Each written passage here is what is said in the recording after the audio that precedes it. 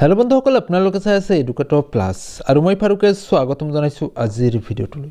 বন্ধুসকল আজিৰ ভিডিঅ'টোত আমি অসমত শিক্ষিত নিবনুৱাসকলৰ বাবে এটি ভাল খবৰ দিব বিচাৰিম, যেটো হল নিবনুৱাসকলৰ যেটো এমপ্লয়মেন্ট এক্সচেঞ্জ ৰেজিষ্ট্ৰেচন আছে, সেই এমপ্লয়মেন্ট ৰেজিষ্ট্ৰেচন যেটো আছে সেই সন্দৰ্ভত গুৰুত্বপূৰ্ণ এটি জাননী আহিছে। সেই জাননীৰ জৰিয়তে কি কোৱা হৈছে যাৱতীয় কথাখিনি প্ৰথমৰ পৰা শেষলৈ এই ভিডিঅ'ত আলোচনা কৰা হ'ব।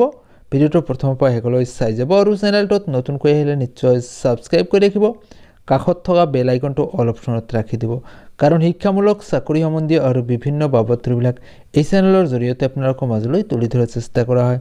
তো আহক আমি মূল কথালৈ।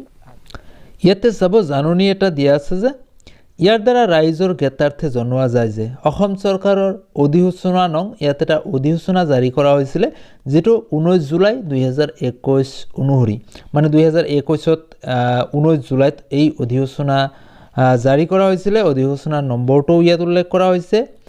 এই অধিসূচনা অনুসৰি ইংৰাজী 27 ছেপ্টেম্বৰ 2021 তাৰিখৰ পৰা অসমৰ সমূহ নিয়োগ বিনিময় কেন্দ্ৰত নাম পঞ্জীয়ন পুনঃপঞ্জীয়নৰ প্ৰচলিত ব্যৱস্থা, মানে যেটো এমপ্লয়মেন্ট এক্সচেঞ্জৰ ৰেজিষ্ট্ৰেচন, সেইটো পুৰণিকলীয়া যেটো পদ্ধতি আছিল অফলাইন যেটো আছিল সেইটো বন্ধ কৰি আধাৰ সন্মলিত অনলাইন যোগে নাম পঞ্জীয়নৰ পুনঃপঞ্জীয়ন ব্যৱস্থা আৰম্ভ কৰা হৈছে।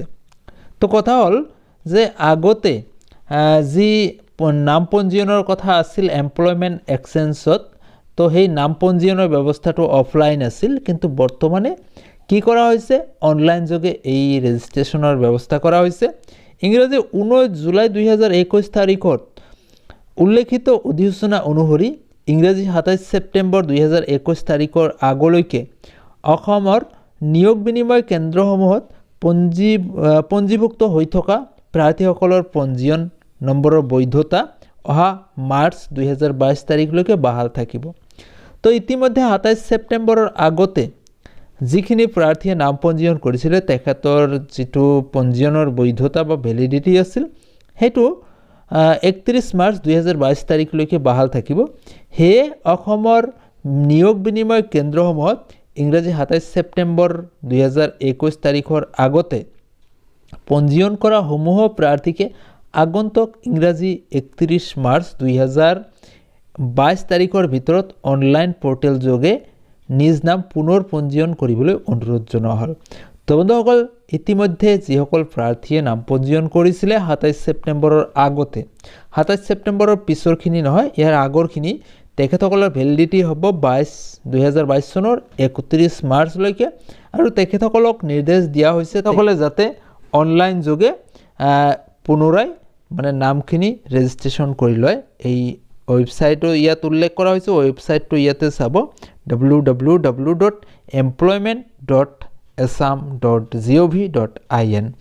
এইটো ওয়েবসাইটত গৈ আপোনালোকে নিজৰ নামটো আধাৰ বেসড অনলাইন মানে আধাৰ কাৰ্ড যুক্ত কৰাই লৈ আপোনালোকে এমপ্লয়মেন্ট এক্সচেঞ্জত নামটো পঞ্জীয়ন কৰি ল'ব পাৰে। তো বন্ধুসকল আজিৰ ভিডিঅ'টোৰ জৰিয়তে আপোনালোকক এই জাননীখিনি তুলি ধৰাৰ চেষ্টা কৰা হ'ল, কাৰণ নিবনুৱাসকলৰ বাবে চাকৰিৰ ক্ষেত্ৰত অতিকে গুৰুত্বপূৰ্ণ এটি ইনফৰমেশ্যন। যদি ভিডিঅ'টো আপোনাৰ বাবে অলপ হ'লেও ইনফৰ্মেটিভ হয় তেনেহ'লে নিশ্চয় এটি লাইক কৰিব, যিমান পাৰে বন্ধু বান্ধৱীসকলৰ লগত শ্বেয়াৰ কৰিব, আপোনাৰ মতামতটো কমেণ্ট ছেকশ্যনত কমেণ্ট কৰি জনাবলৈ নাপাহৰিব।